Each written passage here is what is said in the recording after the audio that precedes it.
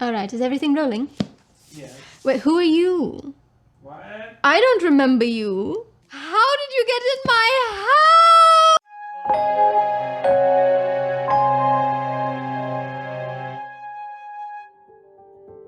What is the value of a human soul? Could it be quantified in comparable measurement to that of a material wish? The reciprocation of love, immortality, freedom, the sheer simplicity of being enough? What sort of desperation would bring someone to the decision of selling their own soul to ease their lively troubles? Is a life even worth living if no one remembers it? Would you rather have a short life filled with fame or an immortal life where no one remembers you? I don't know. Did you expect to be asked all of these questions in this video? These are all the themes and questions presented in today's book of discussion, but does it do well to explore these concepts? Let's find out. Hello everyone and welcome back to the Neverland Book Club, a phrase that is supposed to represent, multiple people talking about the same book, and I am alone. Hello. Much like Addie. Oh, Addie LaRue, I remember you. First, a little about the poetically gifted author, E.Schwab. Creator of the Shades of Magic series, the young 33-year-old Schwab is a New York Times best-selling author of over a dozen titles, and capable of commanding tones and genres to bend at her will to tell her wonderfully strange stories. Endorsed by the legendary Neil Gaiman, The Invisible Life of Addie LaRue is her latest release, and it is much like nothing I've ever read before. Being a fan of horror and lore, the concept of gods and devils granting wishes in exchange for human souls is familiar to my repertoire of repetitive plots. But one way or another, I will get your soul! However, this one was intriguing for different reasons. I love stories that make you question your own life choices, your own principles, your own character. What would I have done in this or that situation? If presented with such a circumstance, would I cave? All of these wonderings are boiled up to the surface in this book. I found myself savoring every page like singular bites of a most delicious meal. Now, I didn't love everything about the book. Well, I did at first, actually. While reading it, I was like, good literary gods of Eden, I have found the gilded goblet of golden balladry. And then after letting it simmer, I was like, wait, what? So many things didn't really need to happen. They didn't really make so much sense, but hey, that's fiction. First, a quick synopsis, and I'll try to limit the spoilers ahead, of course. Blah, blah, blah. Hello? A 23-year-old girl named Addie LaRue lives in a small French village, loves her papa, and wants more than this provincial life. Oh, no, not her. Wrong French girl. First set in the early 1700s, Addie dreams of having a life of her own, where she's not someone's wife or someone's mother. She wants to live unbounded by others. When her inevitable fate as a woman of the times approaches, she seeks the advice of an old wise townswoman, who I would have loved to see more of, really. Estelle. The spiritually woke old woman teaches Addie of the old and new gods. She teaches her how to pray to these gods by giving offerings of trinkets and things in exchange for human wants. The book actually opens with a quote from Estelle that prefaces the driving plot of the entire story that warns never to pray to the gods that answer after dark. With this knowledge, Addie begins to pray to the gods, giving various offerings in the woods during the daylight hours at least. Her prayers go unanswered, her offerings diminished to the soil. On the night of her wedding, she is desperate to escape the chains of marriage. She equates a marriage bed to that of a deathbed. She comes up with an excuse to leave the processional and flees to the woods, offering up her last trinket, her father's wooden ring. She begins to pray, not noticing that the sun has already set. She is met with a god, a devil, a darkness, that takes the shape of her imagined love, and he agrees to grant her wish, sealing the trade with a kiss. When he first asks why she had summoned him, she responds with, I don't want to marry.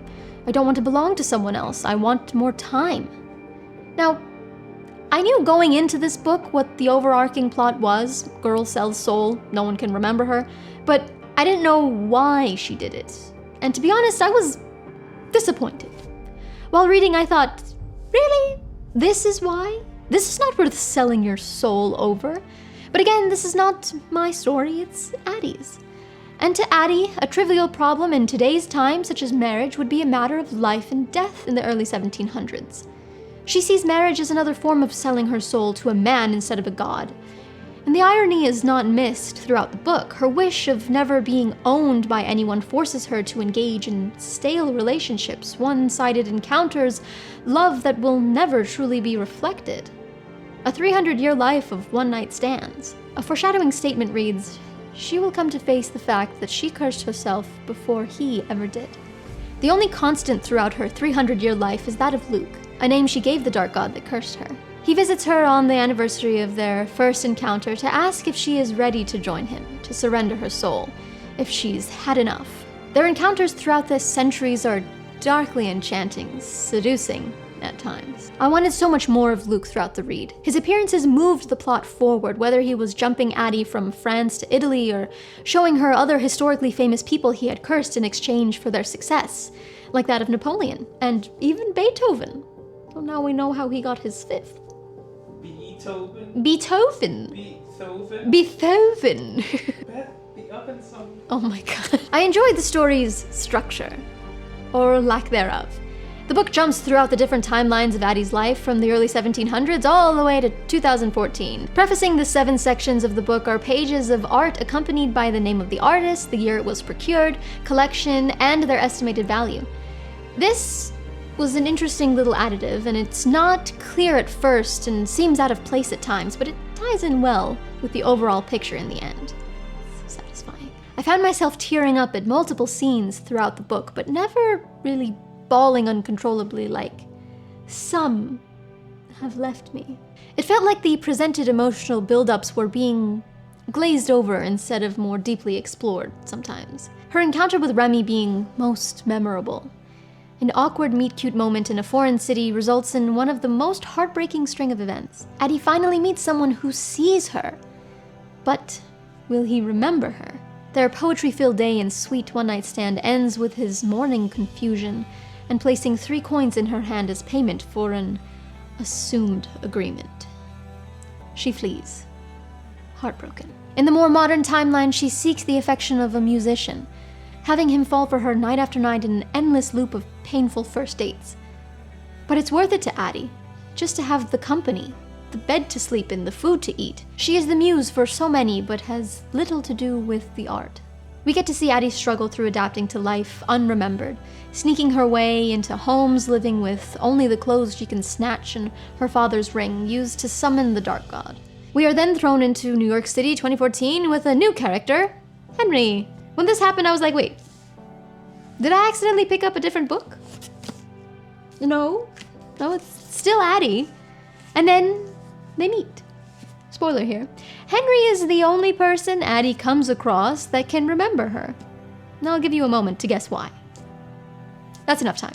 Do you have an idea? Did you also guess that he's cursed too?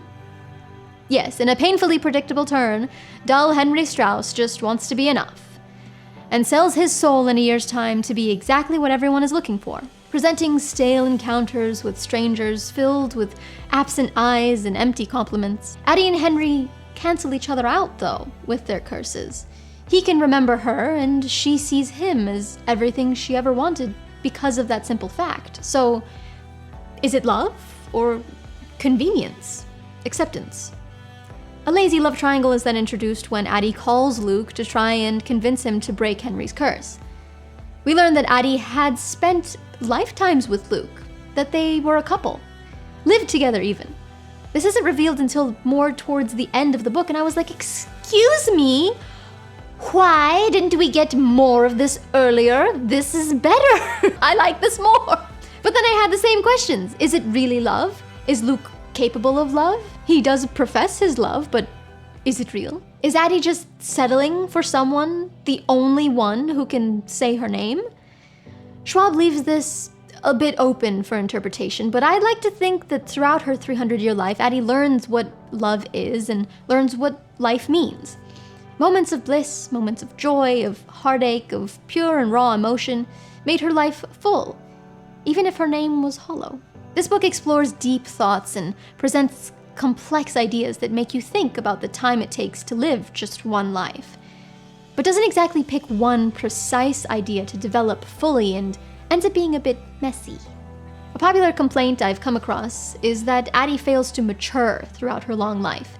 She is still the lost and scared 23-year-old girl centuries later. I saw this as a bit of a cheap complaint, actually. How can one mature if they're doomed to live without being held accountable for their actions? Another complaint is that the language didn't change from 17th century France to 2014 New York City, and yes, I can see that, but isn't that explained in the end when we see who is writing the book and when it is being written? Before reading these complaints, I had ranked Addie as pretty high in my recommended list. Something I think everyone should read. I was begging my mother, my sister, anyone I could tell to just please read this book, it's wonderful. Now, I see why it can be an acquired taste. I noticed it might also be a bit triggering for some people when Luke comes around every year and asks Addie if she's basically ready to end her life. But despite all of that, it was an absolute pleasure to read. I found myself reading much slower than usual, relishing every word as it painted achingly sweet images in my mind's eye. Overall, it's worth your time. Addie LaRue will leave you questioning your choices, your language, your fears, and you will not soon forget her story. They say a person dies twice. Once when they leave this earth, and again when their name is uttered for the last time. Addie finally got to live, only after she died. That's all for today's episode of the Neverland Book Club. Thank you so much for joining today's discussion. Please comment below if you've read Addie and tell us which scene had you reaching for the tissues or what you would sell your soul for, because, you know, I might know a guy. Please be sure to like this video if you liked it, and subscribe for weekly reviews as well as more casual book-related videos in between, sometimes. Also, if you'd like more bookish content, follow me on the Instagram, where I post daily. Links to everything is down below as always, and Addie is quite a long book, so if you prefer the convenience of Audible, you can click the link below for a free trial. Alright, I'm off to go write my name on every surface I can find. Stay lost, keep reading. Remember me! Ow! My sister. Oh. I just watched your episode.